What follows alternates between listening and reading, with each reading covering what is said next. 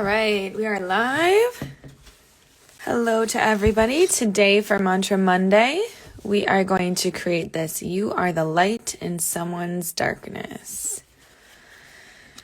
So before we start, I'm going to explain what you will need for today's live. First, you will need some watercolor paper. I have a 5x7. This is a hot pressed Arches 140 pound paper. If you have a different brand of paper or if you have cold pressed paper, that's okay. Just make sure that it should be watercolor paper. We are going to be working very wet today, so your paper might bend and warp, especially if you do not have watercolor paper. So 5x7 of that.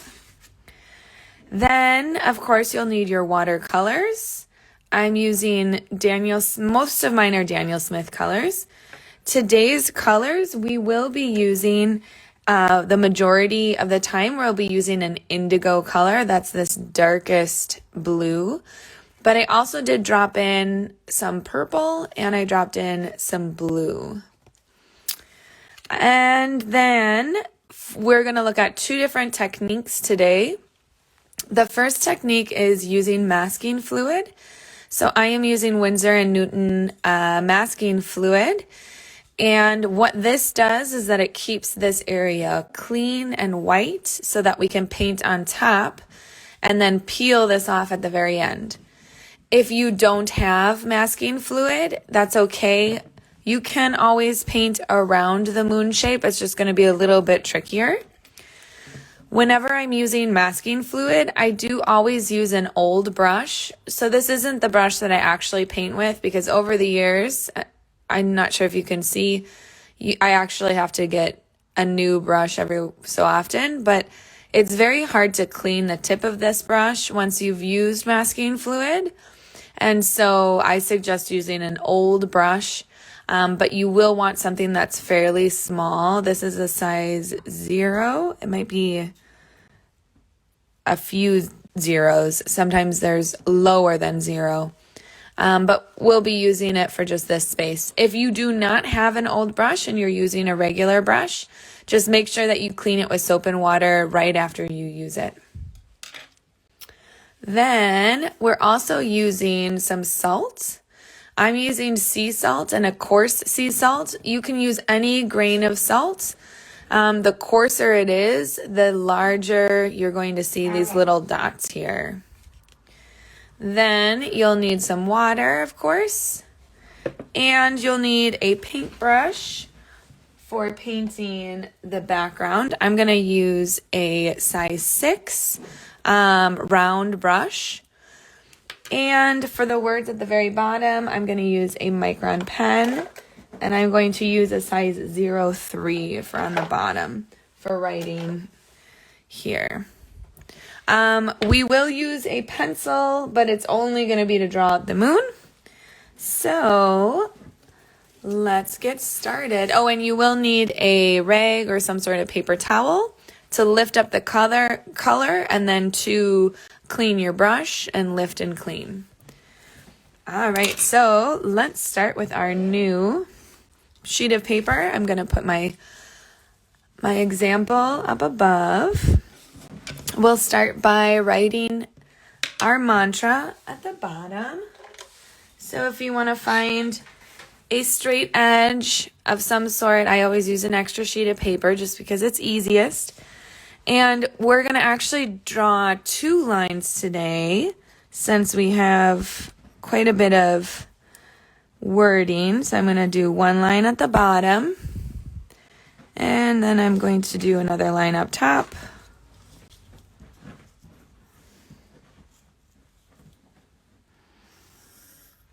And now let's write out our mantra so that we know exactly how much space our words are going to take up.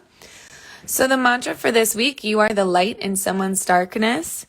I just think that this is a really sweet quote. I think that it's something that we all can remind ourselves is that even if we are feeling like nobody really sees us, or maybe you feel like things are getting challenging, there's always somebody in your life that looks at you and looks up to you, and that makes you make them happy.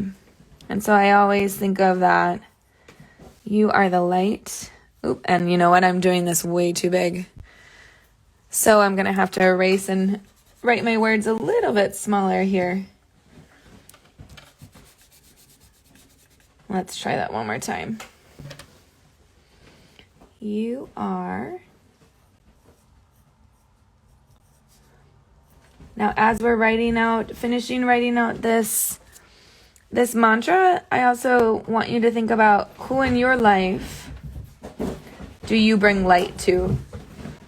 And my dog is going crazy behind me. So if you hear her running around, it's because she's jumping on the bed, and she's got the zoomies now, if anybody knows of what the zoomies are. All right. So when I think about me being the light in someone's darkness, I think about my parents, my family, my husband. And darkness here, I'm going to do all in caps, just to kind of have a little bit of emphasis on that word.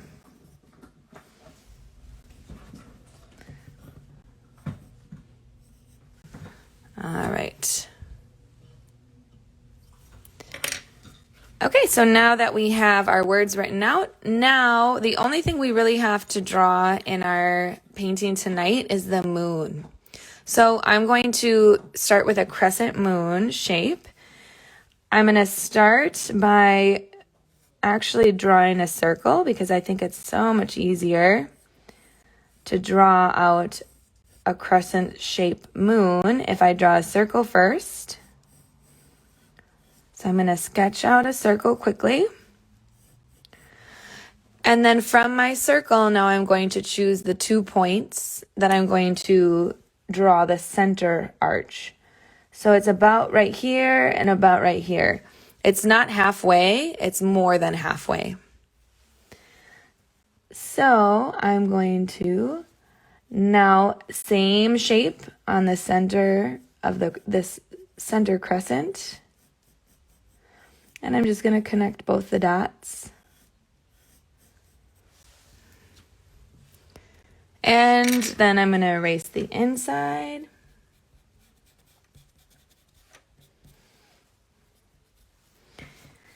And I'm going to leave it like that because I'm going to fill in the rest with this masking fluid. So now we're pretty much ready for masking fluid, and the only thing that we're going to cover with masking fluid is our crescent moon. So I have my masking fluid here. I'll show you how it works. If you do not have masking fluid, you can use this time to kind of see if it's something you might want to invest in. If you're curious as to where to find this, I do have links on where to purchase this. You can either purchase it through my favorite art supply company called Dick Blick Art Supply, and they're a lot smaller than, say, Amazon. And there's a link to where to purchase it on my website, but I also will eventually have links for where to purchase it through Amazon if you need it a little bit faster. So my old brush. And the trick to working with masking fluid is I need to work quickly, and I need to have a lot of this masking fluid down at once. So it needs to be quite bubbled. Let me move in a little bit so that you can see here. And I never turned the light on. There, hopefully that's better. It does dry really fast. It's pretty much like glue in that sense. So the more that you can put on your paper and then spread it out with your paintbrush, the better it'll work. So I need to start at the top and then make my way down, because as soon as I leave it to start drying, I can't really rework it. Let's see here. And I can tell it's already starting to dry. It looks a lot like Elmer's glue. So it's quite a thick coat here. I'm not sure if you can tell. I'll just pick it up so you can see it. It really does look a lot like Elmer's glue. Now to clean my brush off, I'm gonna first use a paper towel. I'm not gonna use my my cloth for this because it is very sticky.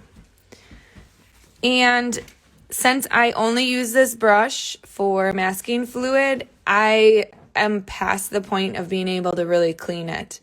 So my brush ends up looking like this, and then when it dries completely, I'm able to kind of pull some of it off. If you are using a good brush though, I suggest that you go now to go wash it off with soap and water. We'll wait for you a little bit. I will start doing the micron pen down here while we wait for you all to clean your brushes. And of course we have to wait for this to dry as well. All right, so I'm gonna do the micron pen first.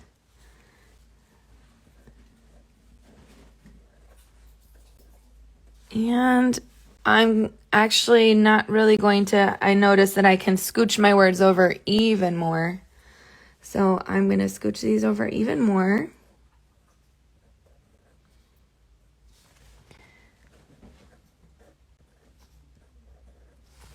All right, as you are writing your mantra on your paper, also you can take this time, if you have any questions, you can type the question into the comments and I can see if I can answer it for you.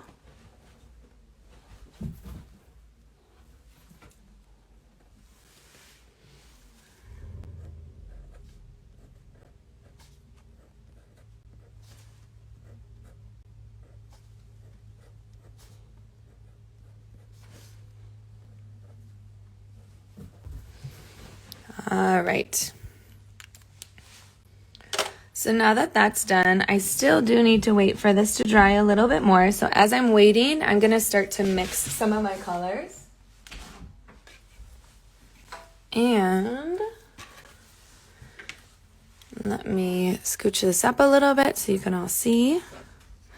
So the first color that I'm going to just prepare for tonight is going to be this indigo. I don't really have to mix many colors, but I did not clean my palette off before tonight's class.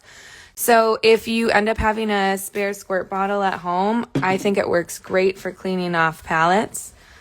That way it makes for a super easy clean in between painting so that you don't have to spend tons of time cleaning your palette. All right, now we're all set to go. So I'm going to be using an indigo from Daniel Smith, and I need to turn my palette here so that you can see where it's from this other side of my palette. So indigo is a very dark blue, but it also has some purple undertones to it. It's kind of like a jean color. So I'm going to just water down some indigo, but I'm also going to make sure that my indigo in my palette is wet, because I am going to be taking some indigo directly from my well. Then I'm also going to be using some purple. I'm going to show you what my purple looks like. I'm going to be using it directly from the well though, so I won't really have to mix anything. But this is my purple. This is a carbazole violet. Of course, my indigo looks exactly like on the paper. And then I also, in one of these swirls, I did drop in some phthalo blue, which is over on the other side of my palette. Blues and purples tend to look really good dropped into these night skies. Another color that you could drop into a night sky that would look really good is this magenta. This is a quinacridone magenta. Any three of these colors would look good dropped in, so you can kind of play around and see what works and what you like. Maybe I'll also drop in some quinacridone magenta as well. All right, so let's check back and see how this is doing. So I'm gonna just see if it, yep, it's still quite wet. So while I'm waiting for that to dry, I'm going to do my little heart because I can't go over this masking fluid until it's completely dry. So I do have to wait for that. So most of my designs here always have these little hearts. And for those of you who've taken this class before, I always add a little heart because to me it helps remind me of that my family and friends are always there for me, and kind of reminds me that I'm the light in their darkness at times, and vice versa. They're the light in my darkness. So I'm going to mix my magenta. I'm going to first take some water, add some water to my palette wherever I'm going to mix.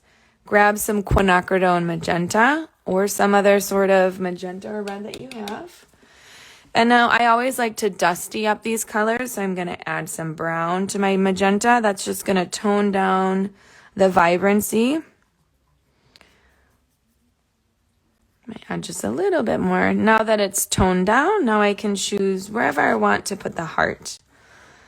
So for this design, I chose to put the heart somewhere by my saying. So I think I'm going to do the same thing. I'll put it on just to the right of my saying.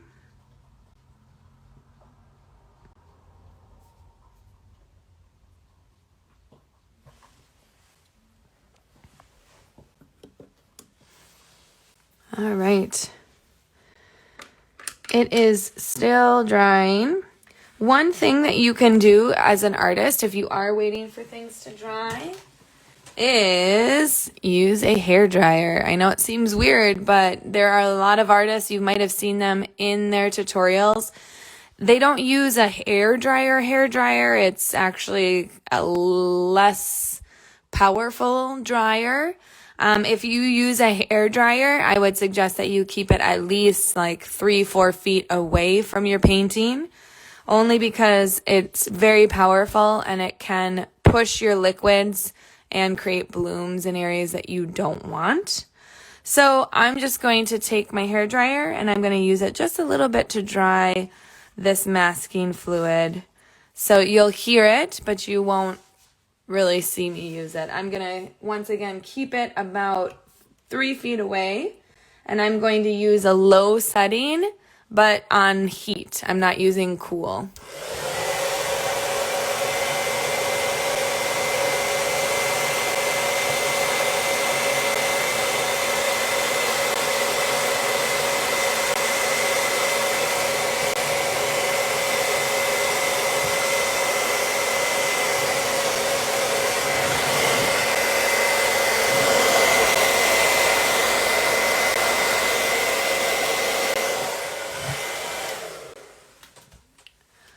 All right, so that helped a lot. You can tell that when our masking fluid is dry, it turns a little bit yellow, which is actually nice because then we can see where it is.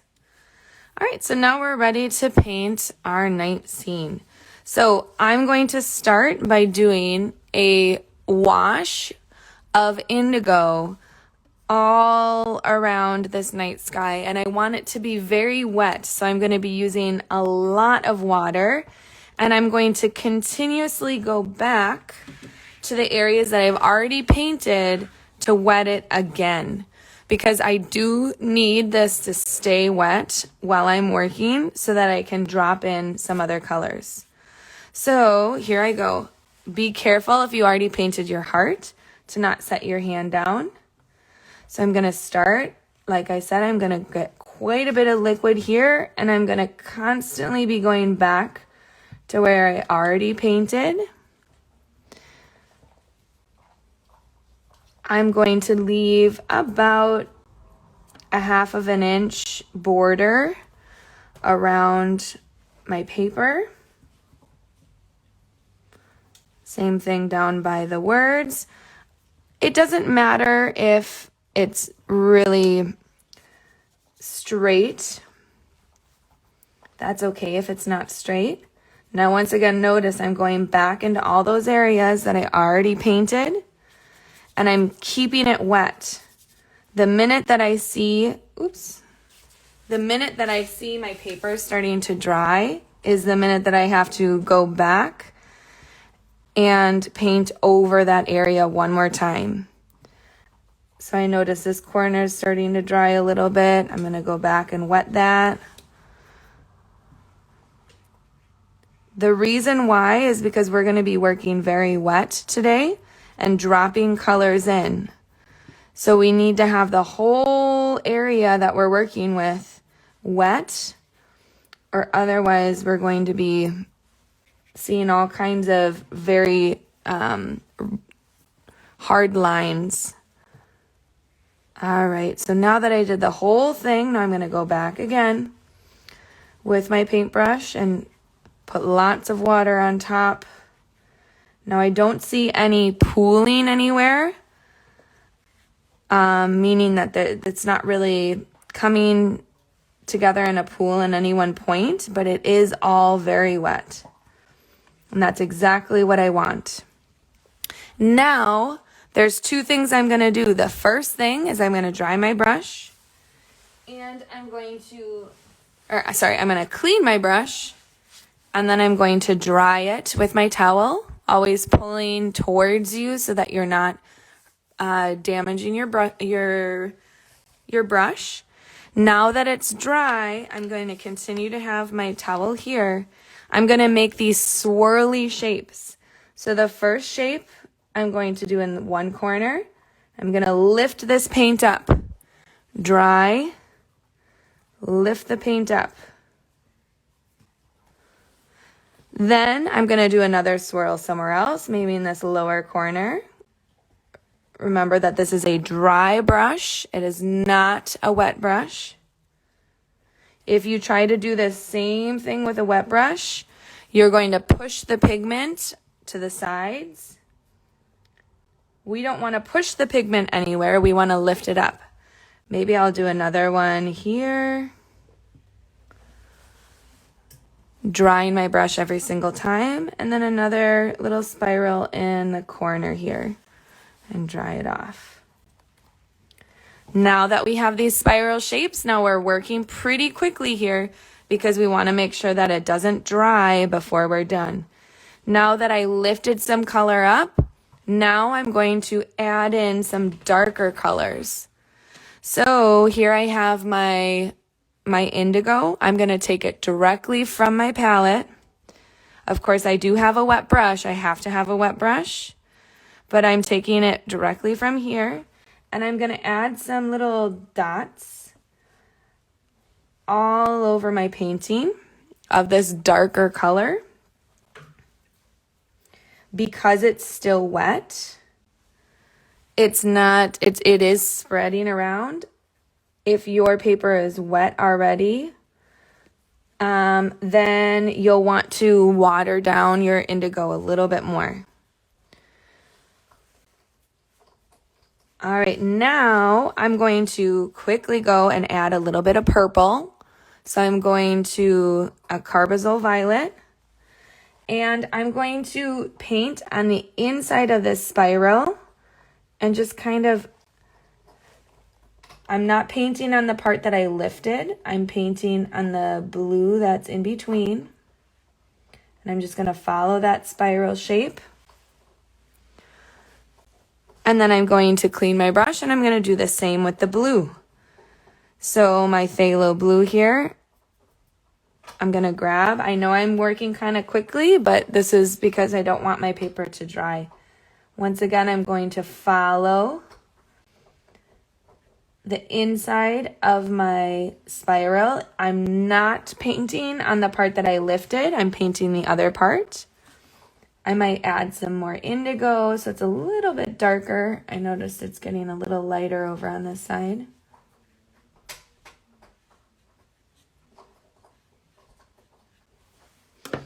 And then I'm going to clean my brush. I'm going to try a magenta. So I'm going to do a magenta, just what I used for the heart here.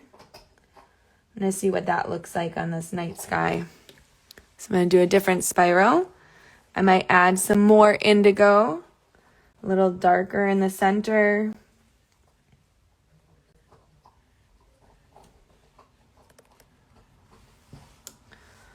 All right, now, and I dropped some water here, so we might have some blooms going. That's okay though, you'll be able to see what they look like. Now, before this dries, now I'm going to add some salt. So I noticed at this corner here, it's kind of starting to dry a little bit. So I'm gonna wet it a little bit more with my indigo so that it doesn't dry. I don't want it to dry on me yet. And there's one more place that I wanna lift. So I do wanna lift around my moon to kind of give it a little halo. So I'm gonna clean my brush, dry it, and then I'm going to kind of scrape all around where this masking fluid is, dry it, all around this moon here. And that's going to give it this kind of glowing effect. All right, now it's still wet. I can tell it's still wet because I can still see the shine. Now I need to add my salt. So I know that this is going pretty fast. I'm going to take some salt and I'm going to look and see where the wet areas are still at. And I'm going to try to drop the salt on these wet areas. And what that's going to do is it's going to lift up. The salt is going to take some of this pigment and it's going to lift the pigment away. Just like salt would with ice, where it lifts that up and holds it in the crystal.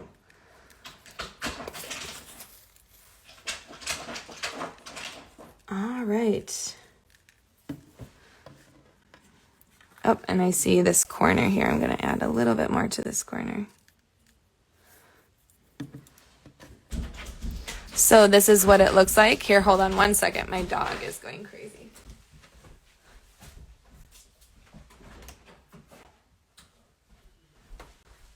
Okay, she really wanted to leave my studio. All right, so if you can tell, I have all my salt that's already on the top. And now we have to let it dry. So unfortunately, you probably won't be able to see this last little step. But I'll show you in the demonstration, in the one that I already did. Now I do want you to look and see the difference of the colors. When watercolor is wet on paper, it is darker. So you notice that it does look a lot darker. And when it dries, it will dry a little bit lighter.